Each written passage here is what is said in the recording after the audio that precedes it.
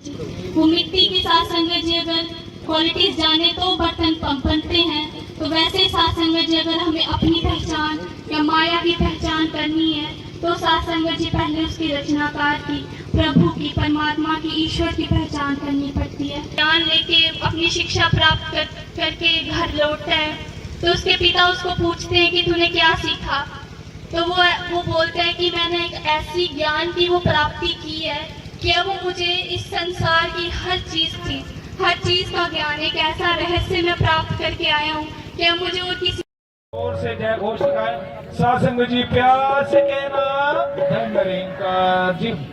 सतगुरु माता सुदीक्षा सविंदर हरदेव जी महाराज की जय। सासंगत आए हुए महात्माओं का, महापुरुषों का, मांडली ब्रांच की समस्त सासंगत की ओर से, बड़ौटा निवासियों की ओर से, जिन्होंने ये सासंगत माननीय प्रदीप गुप्ता जी जो आज यहाँ आशीर्वाद देने के लिए पधारे हैं, इनका आदर सत्कार करते हुए नुषी जी का मंगलाचरण में मिलकर सभी साथ देंगे। सासंग जी प्यार से कहना धन्यवाद। गुरु प्यारे साथ संगत जी प्रेम से कहना आओ प्यारे सासंग जी प्यार से कहना धन्यवाद।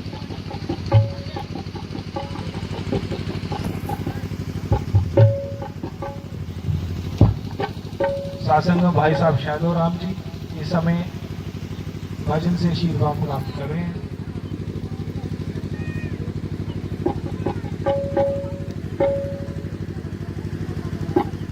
और इनके बाद बहन शीतल जी।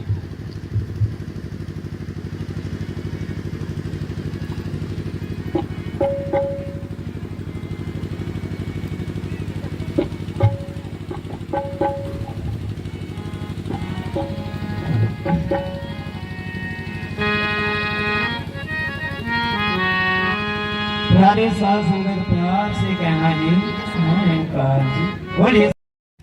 इस बड़ौटा की पवित्र धरती पर तो जी आप वीडियो के माध्यम से देख रहे हैं इनका बहुत कि आज हमारे ही बड़ौटा गांव में जो निरंकारी मिशन है उनके द्वारा आए हुए दूर दूर से संत निरंकारी समागम का प्रोग्राम जो है हमारे ही बड़ौटा गांव में किया जा रहा है।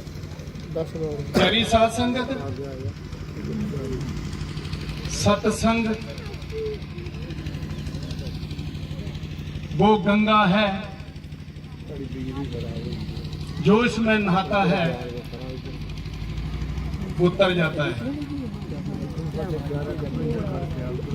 क्योंकि सत्संग के अंदर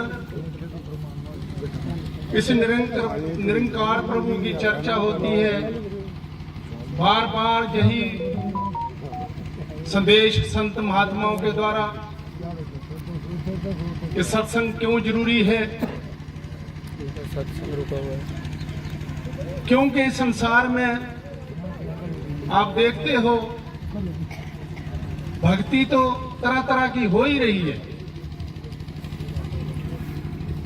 और ये सतयुग से सिलसिला चला आया, लेकिन समझ किसी को नहीं मिली।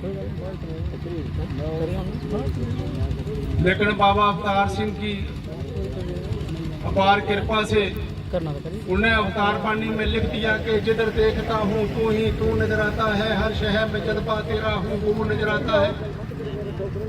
वो क्या है जो हर जगह है, अविनाशी है, ना जमता है, ना मरता है, ना सोता है, ना जागता है, कोई निरंकार। कभी आपने गौर किया कि इस धरती और आसमान के बीच में कौन है?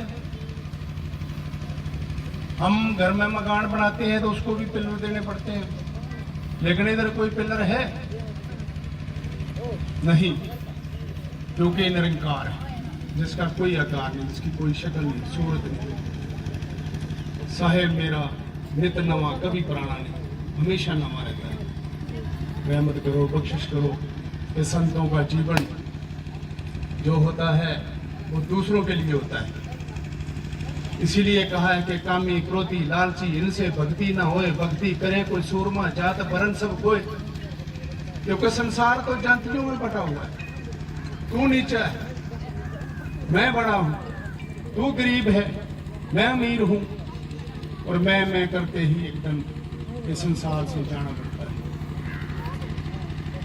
और राजमाता जी ने अपने विचारों में एक बार कहा था कि जैसे असम में भैंसों का जनी साढ़े पे चौंटियां बोलते हैं, तो भैंस बोलते, भैंस के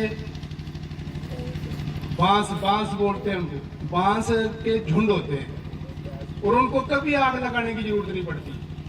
वो खे करके जब आंधी आती है तो आपस में टकराते हुए उनको खुद ही आग लग जाती है।